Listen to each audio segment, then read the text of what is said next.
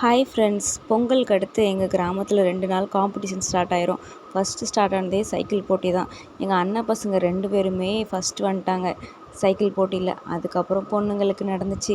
அதில் யார் ஃபஸ்ட்டு வந்தான்னு நான் சரியாக கவனிக்கலை.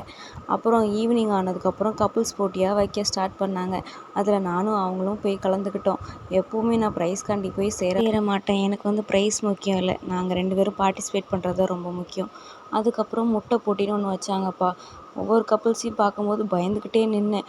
என்ன முட்டையை இங்கேருந்து அங்கே தூக்கி எறியணுமா? ஒரு சில பேருக்கு மூஞ்சிலே முட்டை உடஞ்சிருச்சு. பயந்து பயந்து போய் நின்று நாங்கள் போய் ஆனால் என்ன ஃபஸ்ட்டு ப்ரைஸ் வாங்கிட்டு வந்துட்டோம். அதான் பெரிய ஆச்சரியமே. 11 பாயிண்ட்ஸ் எடுத்தோம். அதுக்கப்புறமா டான்ஸ் பர்ஃபார்மன்ஸ் ஸ்டார்ட் ஆகும்னு சொன்னாங்க. ஆனால் என்னோடய பொண்ணு ஃபஸ்ட்டு போய் நான் என்னோடய திருக்குறள் சொல்லிட்டு வரேம்மா அப்படின்னு சொன்னான். அவள் 5 குறள் தான் சொன்னான். ஆனால் நீட்டாக சொன்னான், சூப்பராக சொன்னான். நானே இவ்வளோ அழகாக திக்காமல் சொல்லுவான்னு நான் எதிர்பார்க்கவே இல்லை. அப்புறம் டான்ஸ் பர்ஃபார்மன்ஸ் ஸ்டார்ட் ஆச்சு. இந்த பொண்ணு பரதநாட்டியம் ஆடிச்சு, நல்லா சூப்பராக ஆடினான். அதுக்கப்புறம் என்னோடய மருமகன் சிலம்பு அடிக்க போகிறேன்னு அழகாக போய் ஸ்டார்ட் பண்ணான். சிலம்பு எவ்வளோ அழகாக அடிப்பான்னு எனக்கே தெரியாது, பார்க்குறதுக்கே சூப்பராக இருந்துச்சு. எல்லோரும் கமெண்ட் பண்ணாங்க, இப்போ தண்ணியை விட்டு எரிஞ்சால் கூட அவன் மேலே படாது போல் அப்படின்னு சொல்லி கமெண்ட் அடிச்சிட்டு இருந்தாங்க. செமையாக அடித்தான். எனக்கே பார்க்குறதுக்கு ஆச்சரியமாக இருந்துச்சு. அப்புறம் என்னோடய ஹஸ்பண்ட் தண்டால் போட்டியில் போய் கலந்துக்கிட்டாங்க.